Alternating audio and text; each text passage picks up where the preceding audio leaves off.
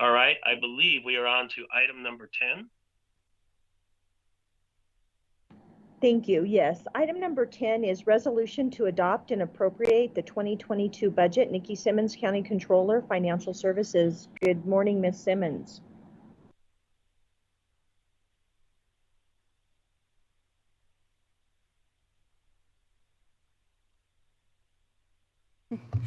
Good morning, Commissioners. Nikki Simmons, County Controller. We're here this morning to ask for approval on the 2022 budget. This budget includes all of the information that we had discussed in all of our budget hearings. This is our 5th budget hearing, so just adoption of the final budget.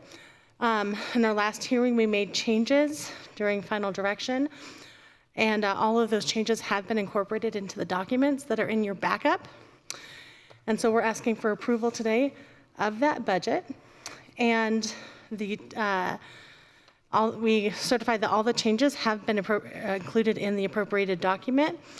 We are also asking in this resolution that all offices and departments, by accepting appropriation of funds, agree to follow the procedures and rules for El Paso County, including the personnel policies, procurement policies, and all financial services policies, as well as agree to coordinating with our IT or facilities or parks department if there's any capital projects that affect those departments.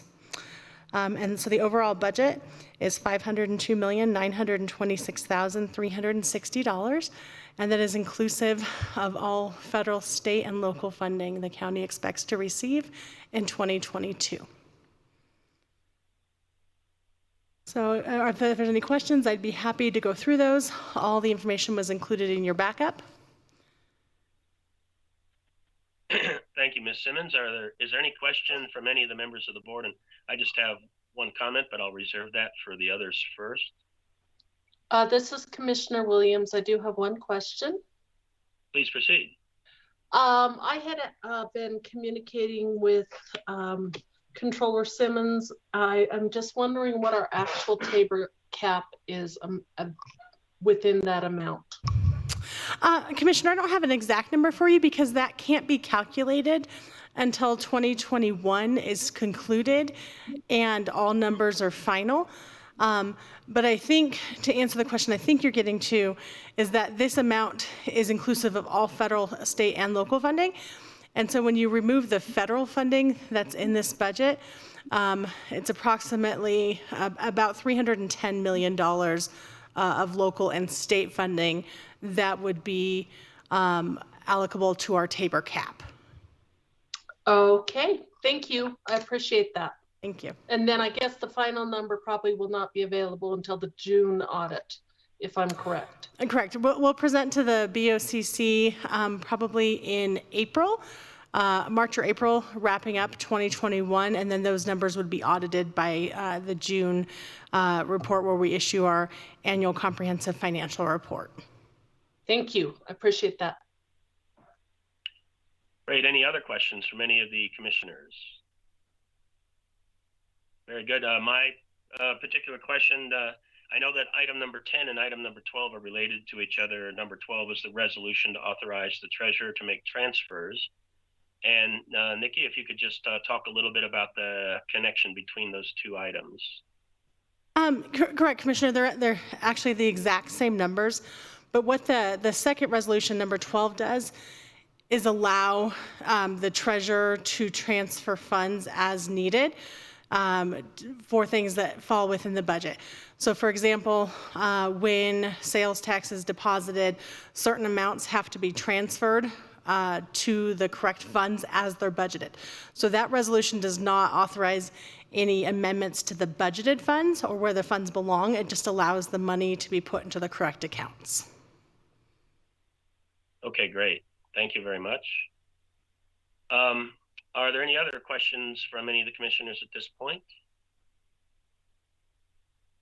And hearing none, I guess I'll entertain a motion for the 2022 budget.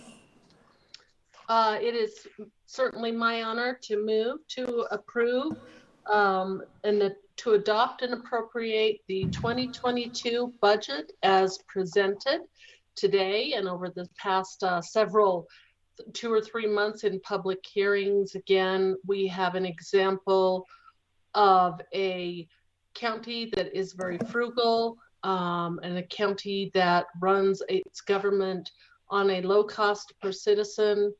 In all honesty, if we could actually have that from the federal government and the state government, we would be in a lot of better shape than we are economically. And so it is an honor for me to go ahead and make that motion to approve this budget.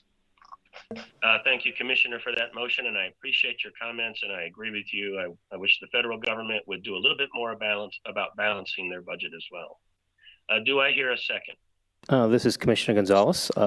As I second this, I'd like to also highlight that I'm very proud of the effort in terms of getting an additional $14 million more in this budget for roads than last year's budget. And I'm very proud of the work of staff. And you know, I had a lot of meetings with staff on this, and I know others did as well, to get an additional $3 million increase at the end. So very happy to see that my highest priority, which has always been transportation and public safety, is getting an additional $14 million in this budget, and of that, $3 million additional just in the last couple of weeks that we were able to get back into this budget. And so I will second. Thank you very much, Commissioner, and thank you also for your comments. For the public, you know, we've had multiple public hearings, but then there's also been a lot of discussions taking place as well with the staff, and so there's an enormous amount of work that goes into the production of this budget, and I just want to express my appreciation for that as well. And Commissioner Gonzalez, you mentioned that here just a moment ago, so thank you. All right, I think we have a proper motion and a second. Are there any other comments from any of the commissioners at this point before we take this to a vote for the commissioner? Mr. Chair, I'd like to move an amendment. Very good. Oh, I'd yes, please go ahead. I'd like to amend the budget to remove the $150,000 additional to public health and move that to public works. Okay, and I didn't hear the dollar amount. Could you say the dollar amount again? It's the additional $150,000 that is the addition for this year specifically, or for next year. So that is an amendment to the existing budget for $150,000 to move from public health to public works. Just making sure I did understand that correctly. Yes, Mr. Chair. Okay, thank you very much. Is there a second for this amendment for the motion?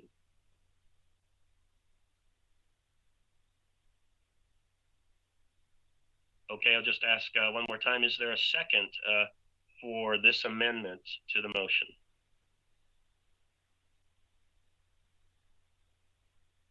All right, hearing none. I appreciate Commissioner Geithner, your offering of the amendment, but we do not have a second to proceed forward with that. So we cannot place that amendment on the dais for a vote at this point. Let me ask again to any of the commissioners, are there any other comments or questions? And I believe Commissioner Bremer, you had your hand raised earlier. Yes, thank you, Mr. Chair. I was just going to say Commissioner Gonzalez beat me to the seconding of passing this budget as presented and as amended over the last three previous public hearings. I'm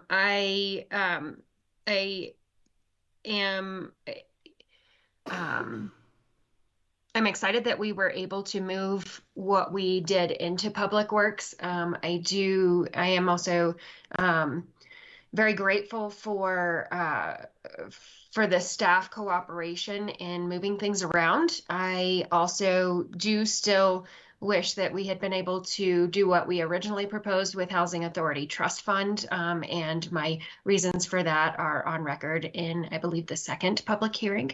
But I do think that we've ended up in a great place. I think this process lends itself to making sure that we can kind of continually improve and be very strategic about where every dollar goes of our taxpayer money in this county. And I am also proud to, I will be voting for this, and Commissioner Gonzalez beat me to the second there. Thank you very much, Commissioner Bremer. Any other comments from any of the other commissioners at this point? Again, keeping in mind, oh, I'm sorry. Yes, Commissioner Geithner.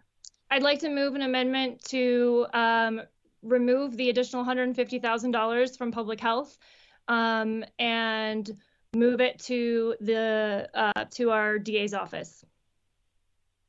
All right, very good.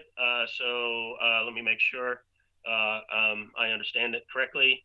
You have an interest in making an amendment, where you have made an amendment to move $150,000 from public health to the district attorney's office. Yes, sir. Okay, very good. Is there a second for that motion? Or for that amendment to the motion, excuse me.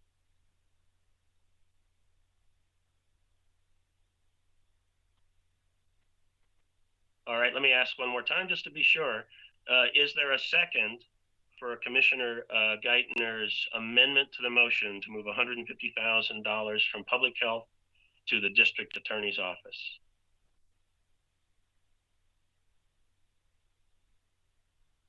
All right, hearing none, there is no second for that amendment to the motion, and therefore we cannot proceed with a vote on that either. Mr. Chair, I'd like to make it. Please go ahead. Thank you. I was fairly confident going into both of those motions that I would not receive a second, and I'm incredibly disappointed. And I'm going to start with a quote from Patrick Henry this morning because it's relevant and I think says it the best way that I possibly could. This is from his "Give me liberty or give me death" speech, which is pretty famous. And I'm going to be clear here. I'm not calling for a revolution. So just in case, you know, the media is out there listening and there's any confusion, but the words are poignant nevertheless. And so from that speech, he begins by saying, "No man thinks more highly than I do of the patriotism as well as the abilities of the very worthy gentlemen who have just addressed the House," or in this case, those who serve on this board. But different men often see the same subject in different lights, and therefore I hope it will not be thought disrespectful to those gentlemen if, entertaining as I do opinions of a character very opposite to theirs, I shall speak forth my sentiments freely and without reserve. This is no time for ceremony. He goes on to say, "For my own part, I consider it as nothing less than a question of freedom or slavery, and in proportion to the magnitude of the subject ought to be the freedom of the debate. It is only in this way that we can hope to arrive at truth and fulfill the great responsibility which we hold to God and our country. Should I keep back my opinions at such a time, through fear of giving offense, I should consider myself as guilty of treason towards my country and of an act of disloyalty toward the majesty of heaven, which I revere above all earthly kings." And this, to me, is too important of a subject to not debate. As I listened to our prayer from this morning, it solidified my decision to make both of those amendments, or to attempt both of those amendments today. As I think I've said here before, I'm a sound sleeper. There's not a lot that keeps me up at night, but this is one of those things. And I went to bed soundly last evening, still contemplating this, and woke up at 4 a.m. this morning, which is very unusual for me, with this on my mind. And I've thought very carefully over weeks and considered the thoughtful comments that I have heard. But I am completely convicted that this is too important to not have public discourse. It is very easy to begin to think that we should do all of our discourse and have all of our contentious arguments happen in private. And I think that is not what our government was designed to do. We should have discourse. And so I want to make it very clear that the reason that I made those motions, and I want to be very specific about why that is. Some of these things I've mentioned before, I won't rehash them all, but I am going to mention a few. So in my opinion, the bureaucracy of public health has grown too powerful, with a mostly unelected board that does not answer to the people, and that some members, including the chair recently of the board, have shown disdain for our community. And therefore, they should not be empowered by the use of additional tax dollars, hard-earned by our citizens, to further grow their tyrannical aims while the citizens protest their actions.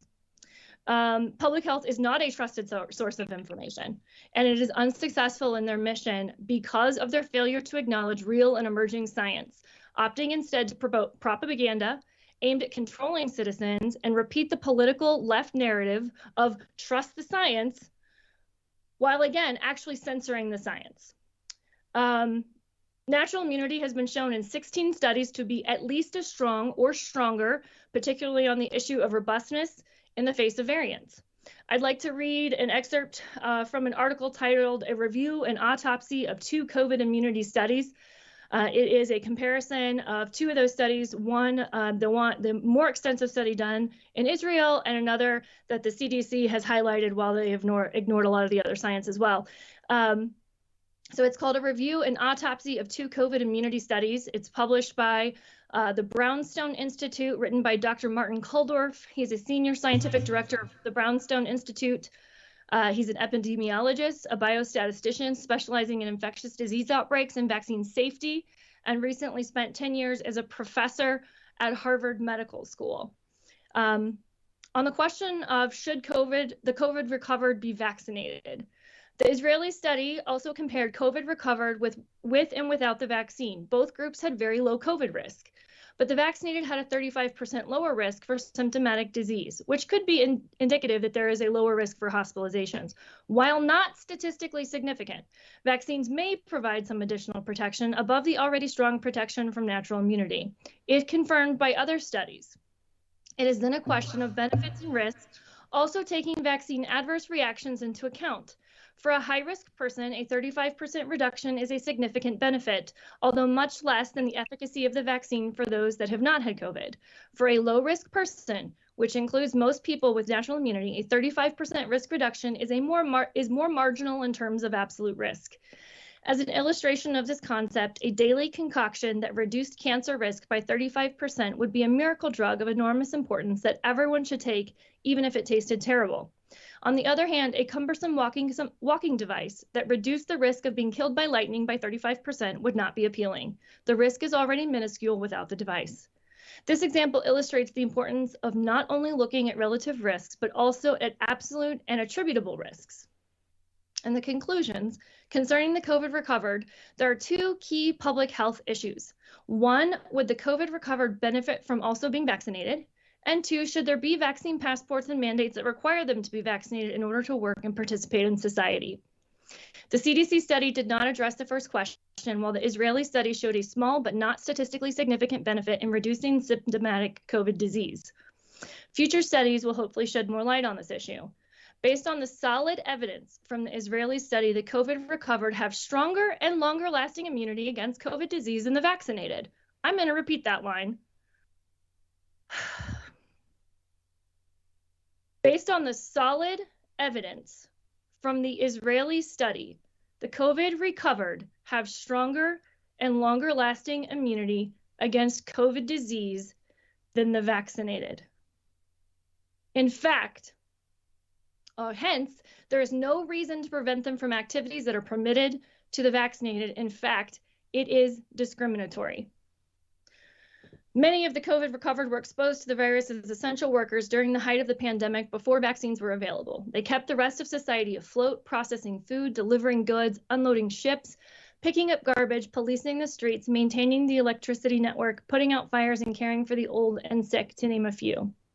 They are now being fired and excluded despite having stronger immunity than the vaccinated work-from-home administrators that are firing them. This is incredibly poignant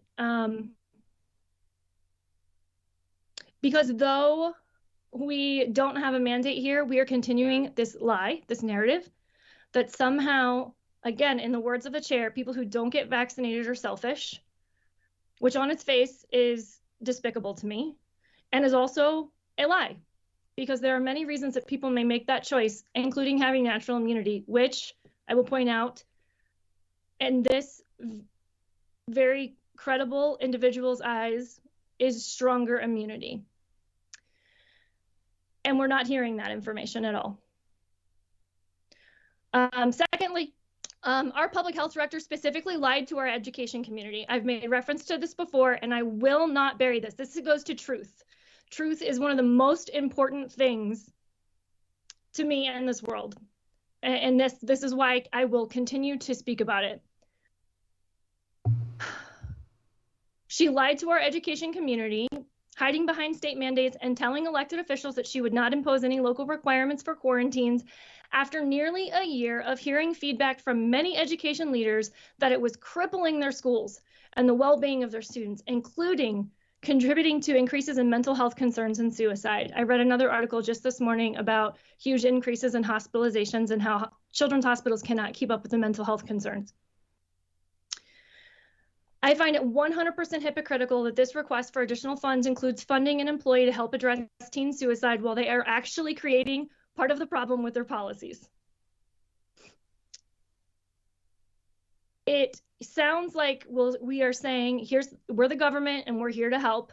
Never mind the fact that they are creating and contributing to the problem. For more than a year, I've been asking the public health director and members of the Board of Health to stop meeting only with school administration bureaucrats and reach out to the elected leaders who are responsible to the people. That has not happened. Instead, just like the CDC taking their cues from the teachers union, instead of science as they claim, our public health director took her cues from teachers union hacks in this community. Backtracked on her word, and then the board's launched into a political attack of this board and our statement against state and federal mandates, which I'm going to point out have widely been stayed by the courts because they're unconstitutional. Public health has absolutely ignored the well-respected, in some cases, genius voices like that of Dr. Ben Carson, a world-renowned neurosurgeon who stated COVID-19 vaccinations for children aged 5 to 11 are a giant experiment. He isn't the only one questioning whether these vaccines are necessary for children. Some question whether the benefits outweigh the risks, especially in those who have already had COVID. Multiple articles published all over, doctors questioning this, but we don't hear a peep about it. The contortions I have seen in the argument for children to be vaccinated are insane. Insane. We have completely abandoned truth and rational thought in the idea that we should provide information and let people make their choices. That's not what is happening in our nation. It's not what is happening in our state, and it's not what is happening in El Paso County today. Should kids be vaccinated? I think it's a personal decision that individuals should gather the information and consider. I think that there are lots of factors and parenting styles and situations, and I respect people's decision either way. I also think that it is laughable that with a straight face, we are trying to scare the hell out of people, quite frankly, in saying things like, well, we know they don't get very sick, but we don't know about what the effects of long COVID might be down the road, while also completely ignoring the fact that we don't have any long-term studies of the vaccine either. It's a clear bias, and it is not benefiting our citizens. I also cannot fathom how, on one hand, we want everyone to trust this process, trust the drug companies, and on the other hand, we are settling an enormous lawsuit by our state and others over the opioid crisis that was the result of dishonest drug companies who knew their products were a problem and kept quiet. And that includes Johnson & Johnson, one of the vaccine manufacturers that we are consistently defending and saying is safe and effective. Now, I'm not saying people shouldn't get the vaccine, but what I am saying is that there are too many people pretending that any vaccine hesitancy or distrust, or whatever you want to call it, is irrational. Kamala Harris even said during the presidential debates that she didn't want to get the vaccine because Trump was involved in its development. We are totally ignoring the reality around us, or rather public health is totally ignoring the reality around us and ruining their credibility. And what I want to say is stop it. Just stop it. It's not okay. It's not fair to our citizens. It's not right, and it's not truth. So I'm not going to stand by while our citizens' civil liberties and welfare are under attack. Even if it's well-intentioned and even if it's supposedly for their own good, El Paso County Public Health is misguided at best, and I won't speculate at worst. If this public health agency is going to be used in this manner, even if it is under the guise of being for our safety, I will not continue to support its influence. They need to be forced to take a hard look at their actions over the last year. They need to be forced to look at what is truly essential and beneficial to our community and what taxpayers want and make adjustments. And if they want to carry the water of Jared Polis and the absolute lunacy that has been the policy choices during this pandemic, it is my opinion that they should ask Jared Polis to pay that bill. We have better ways to spend our local tax money, and that included either on our roads or in the public safety space where we know crime is on the rise and is a true threat to our citizens, thanks in most part to the idiotic policies of the Democrats in our state. In short, the cost of protecting the consent of the governed and standing for the ideals of government that I believe we all hold, holding accountable this agency that has abused its citizens and demanding they do it differently is appropriate and right and costs us far less than what our founders paid for their freedom. And those on Pearl Harbor, I will add for today. As goes the medical wisdom, an ounce of prevention is worth a pound of cure. Let's acknowledge the very real failures and concerns and right this ship now and lead to a better course rather than wait until it is so outright and egregious that we actually are forced to take action. Again, I will just state I'm very disappointed, but I stand by my comments in the beginning and the respect for my colleagues, but I believe this discourse is important, and I believe that we are ignoring a very real problem that our citizens have concerns over.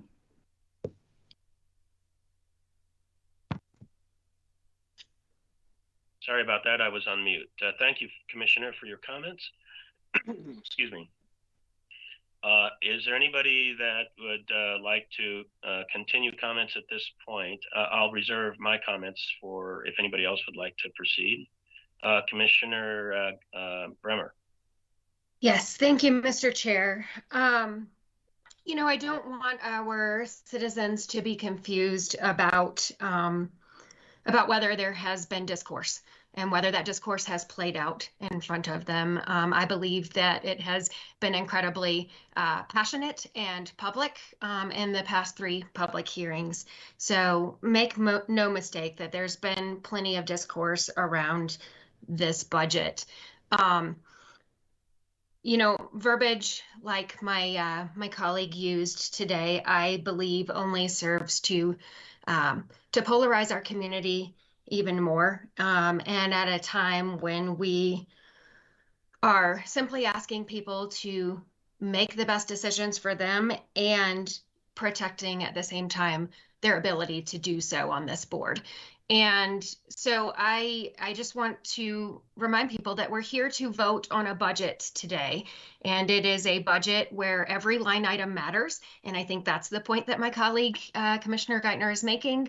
But we have had plenty of discourse around this. And I am, as I said earlier, very happy with what we were able to move around. And I think it is very aligned with strategically where county dollars should be going, including what was asked for from public health. So I think the appropriate thing to do at this point is, unless there are any other comments, call for a vote. Okay, thank you very much. And just some comments from me as well. It is clear this is has been a difficult situation for all of us since the beginning of COVID. I mean, it is a challenge that, you know, matches many of the other great challenges that we've had across the nation. And, you know, I empathize with several of the comments made. I don't have a lot of trust in the CDC. In fact, the previous administration was told by the CDC, as I understand it, that they would need 5 years to deliver a vaccine.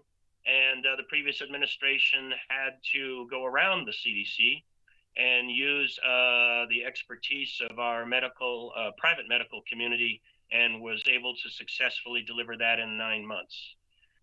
Be that as it may, whether the vaccine is awesome or not, taking 5 years to do it when you're in the middle of a crisis doesn't make sense to me. And I think that was a mistake on the CDC's part. I'll also add that I think that the current administration is making numerous mistakes. They talk incessantly about the vaccine. And I've said this from the dais before, they continue to fail to talk about the family of protocols, all the other things that citizens can do. And I just basically wish the current administration would stop doing that and start talking about all the protocols that are available for citizens to use when they make a choice about their own personal health. I think it was also a mistake, and I've said this publicly as well, when our healthcare companies and organizations let go many healthcare workers that chose not to get the vaccine. I think that was also a huge mistake because, my gosh, at a time when we need every public healthcare worker engaged, we're going to kick some of them out of the industry because of a personally held belief. I do believe there were a whole bunch of different ways that could have been addressed differently, and I think the choice made was wrong. I'll also express my appreciation to Commissioner Geithner with regard to the opioid crisis, another one of those challenges that we have. And this board has done a lot to work on with the state on dealing with the opioid crisis, particularly in negotiating agreements across the state for the distribution of those funds for the sole purpose of making sure those funds get to people that need them to deal with opioid addictions and to deal with education to reduce opioid addictions. And we've done great work there.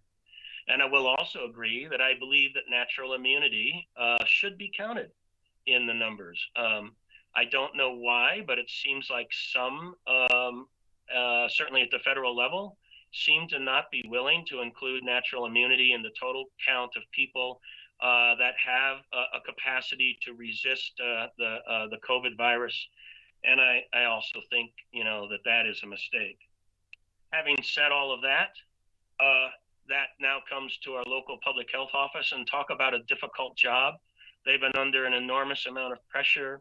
And it is my firm belief that, notwithstanding some challenges and some controversy and all of those kinds of things, that our local public health office has focused on education and has adamantly stayed away from mandating masks and vaccines. I believe that has always been the right choice. And I know there's an enormous number of pressures in our community because I can tell you, and I think all the commissioners have received this, we have all received emails of saying we've not done enough, and we've all received emails saying that too much has been done. That is clear that there's difficulty in understanding what the best path is. Certainly when this is all over, there'll be a lot of forensic analysis of it, and we are going to find mistakes that would have been made, at different levels of government. But it's hard to figure those out and make those perfect decisions, in the middle of the process. But I do look forward to us getting through this successfully together. I completely believe that is possible to do. We have this public discourse. I do believe that's taking place. And when we get through this, in the end, we still need to be friends. We still need to work together. We still need to continue to address what's best for our community. And sometimes that is not easy to figure out. But I do stand on my belief that our public health office has focused on education and not mandates. And I believe that is truly what they believe. So those are my comments at this point. And at this point, unless there's something compelling that a commissioner wishes to say at this point, I'll go ahead and proceed with a vote. So one last chance for comments.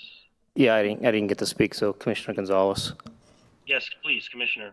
Okay, so one, I want to start off, I appreciate Commissioner Geithner's passion and fervor and comments, especially as it relates to natural immunity. I would agree, sometimes we give mixed messages. I think this board gives mixed message with our canceling of the state of the region because one person is ill from COVID, and I stated I disagreed with that yesterday.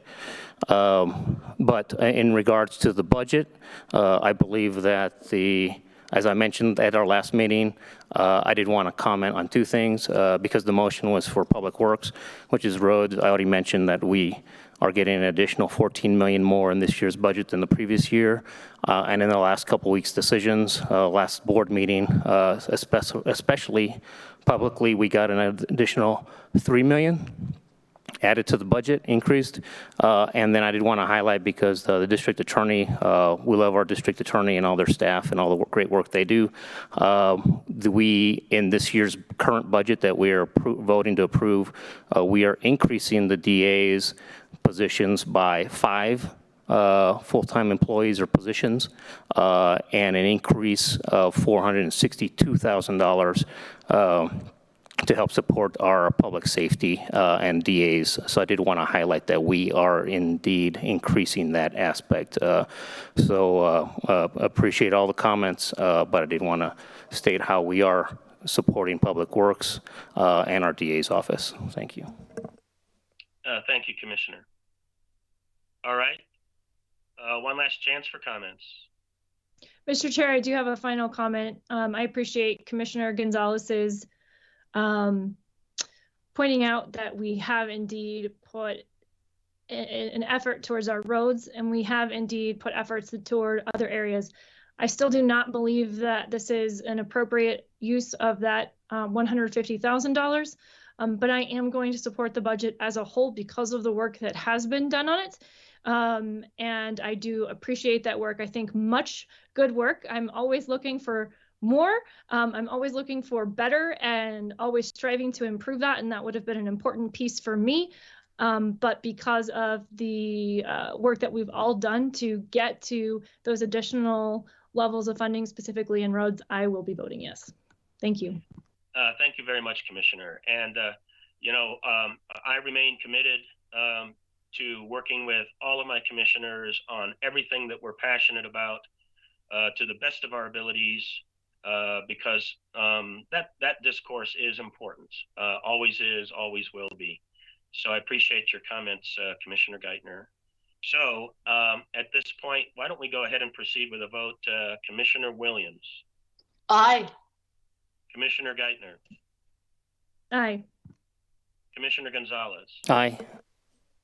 Commissioner Bremer. Aye. And the chair votes aye. This 2022 budget proposal passes with no amendments to it. Thank you, everybody, for the exceptionally difficult work, very difficult work, in particular with all of the challenges that we've faced this year. Just on behalf of the board, I'm sure they will all say this, and we've heard it from a few of them already. We appreciate the staff's hard work in trying to work through this. And I know there's an enormous amount of work that goes into the budget, even before the commissioners see it, to try to make sure that it is balanced when it gets to us, because that's what we want to do. All right, thank you, everybody, for that vote and for your support, and that's a unanimous vote.